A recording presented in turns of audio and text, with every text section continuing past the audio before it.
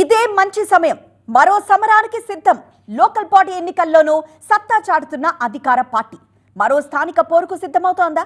ఆ దిశగా ఇప్పటికే నేతలకు సంకేతాలు ఇచ్చిన ప్రభుత్వం పరిషత్ పోరులోనూ తిరుగులేని ఫలితాలు సాధించేందుకు వ్యూహాత్మకంగా అడుగులు వేస్తున్నట్లు కనిపిస్తోంది. పంచాయతీ పోరు, మున్సిపల్ ఎన్నికలిచ్చిన విజయోత్సాహాన్ని ఎంజాయ్ చేస్తున్న అధికార పార్టీ అదే జోస్లో పరిషత్ పోరు నిర్వహించేందుకు సన్నద్ధమవుతున్నట్టు ప్రచారం జరుగుతుంది. ఇటీవల పురపోరు ఫలితాలపై మంత్రులను అభినందించిన సీఎం రేవంత్ రెడ్డి ఇదే సమయంలో పరిషత్ ఎన్నికలు నిర్వహిస్తే ఎలా ఉంటుందనే విషయమై సమాలోచనలు చేశారు.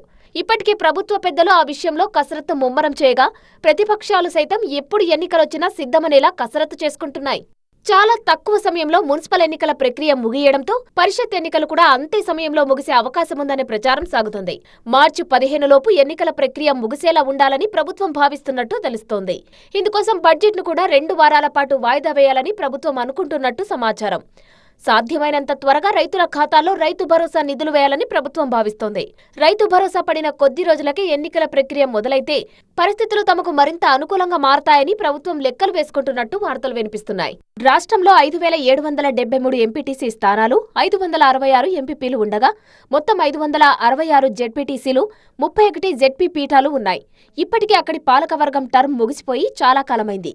దీంతో వీలైనంత త్వరగా ఈ ఎన్నికలు నిర్వహించాలని ప్రభుత్వం ఆలోచిస్తున్నట్టు తెలుస్తోంది.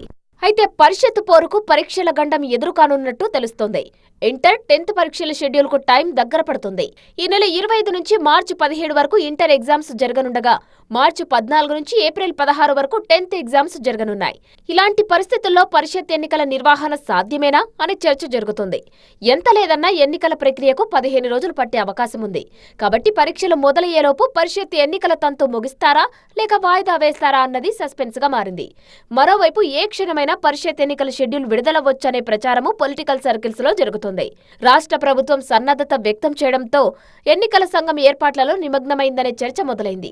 ఒకవేళ పరీక్షలు ఎన్నికలకు అడ్డంకి అవుతాయని భావిస్తుంటే ప్రభుత్వం ఏ విధంగా ముందుకు సాగుతుందన్నది ఆసక్తికరంగా మారింది.